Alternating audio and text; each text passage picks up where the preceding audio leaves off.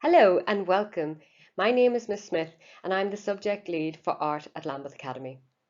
This short video explains a little about studying art and design for GCSE and why choosing this subject is a fantastic first step towards a successful and fulfilling future.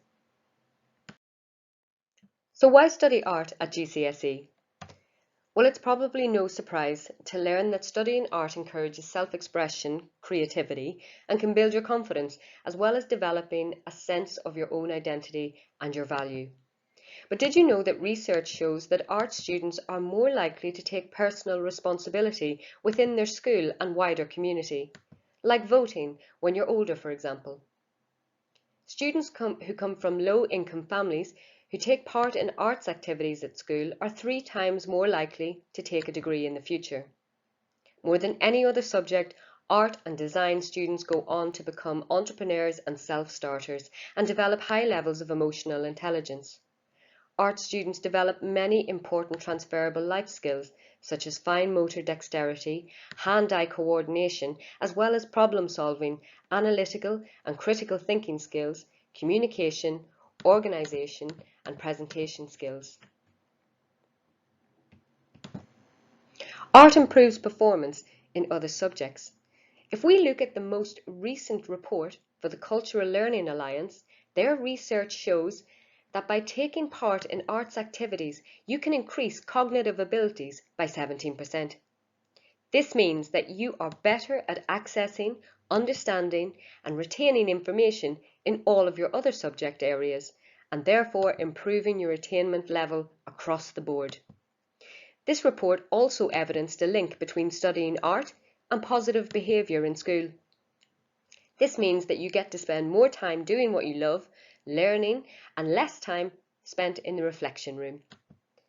Finally, students who study art are 38% more likely to report good health, including good mental health, which means that your head is in the right place for learning and you can achieve your full potential, which can only be a good thing, right? In terms of employment, art students have never been as highly sought after by employers as they are right now. Many employers now actively seek those who have studied the arts. Steve Jobs, founder of Apple, was fond of saying his success was due to his hiring artists and musicians fascinated by technology rather than computer experts. Top talent management agency, the Curve Group, specialising in financial and business services, agree, saying employees with an arts degree developed more quickly in their roles from the start, and they have discipline, confidence, and can accept criticism. You only have to go onto the UK government's website to read the most recent statistics on the growth in the creative industries, which is the fastest growing industry in the UK, to realise that there has never been more opportunities for those with qualifications in the arts. So let's examine the structure of the GCSE course for a bit. GCSE is a 2-year course which you begin in year 10 and complete in year 11. There are 2 components. The first is called the portfolio and is worth 60%. As this is the largest proportion of the grade, as you might expect, we dedicate the most amount of time to this unit, from September of year 10 right through until December of year 11.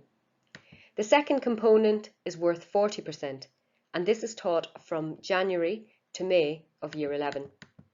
To ensure you get the best grade you are capable of, we build in time to review your work at regular intervals and revise areas of weakness in your practice so that you never feel lost or overwhelmed.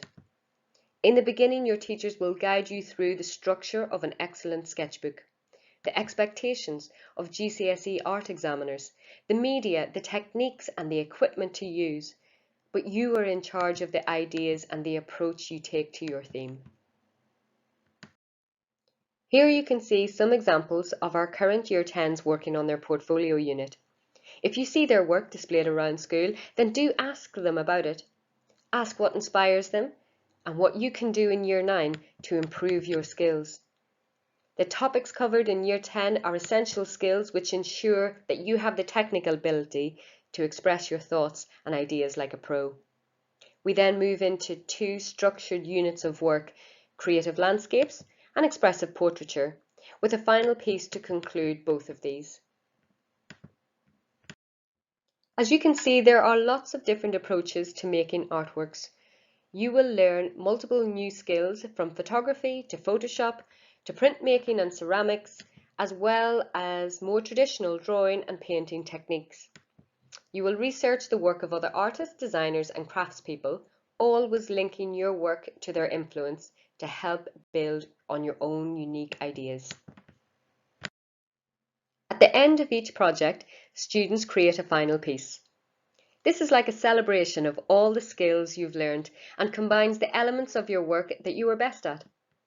Remember, your teacher not only wants you to do well in this subject, but wants you to create work which is uniquely yours and is a reflection of your individualism and your personality. You may have heard that art students have a 10-hour exam in Year 11. This is true, but don't allow this to panic you. In fact, students will often tell you that this is their most enjoyable exam. The 10 hours is spread over 2 days where you will have tutor time, break time, lunch time and home time as normal. The only change to your day will be that instead of attending your normal timetable lessons, you'll be in the art room completing your final piece for your project instead. The marking of art and design is very straightforward, as both components are marked out of 72, with the top mark of 18 available for each of the assessment objectives, AOs as we refer to them as. Each AO has the same weighting, which means that no one assessment objective is seen as more important than the others. One common misconception is that students often think that the final piece offers the most marks. This is incorrect. The final destination is only as important as all the other steps on the journey in art. All work from Year 10 and Year 11 will be internally assessed by your teachers. These marks are then assessed by an external moderator who will decide if the teacher's marks are fair and accurate. There is no written paper in the same way as you would have with your other subjects. Therefore, if you are someone who gets anxious about exams, then this is definitely the subject for you. I hope you found this presentation useful and it has helped to answer some of you and your family's questions about choosing art and design. If you are still unsure if this is the right option for you, then please ask the experts. That is, the students who are currently working through their GCSE. They are the people who can give you the benefit of their experience and will give you top tips for success in this subject and warn you of the potential pitfalls. Our sixth form are also always really supportive of Key Stage 3 students who are keen to learn more. Please talk to your art teachers to get their professional opinion, and any questions you have, please email to me at the address on this slide. Thank you for listening, and I hope to see you in the art rooms very soon. Goodbye.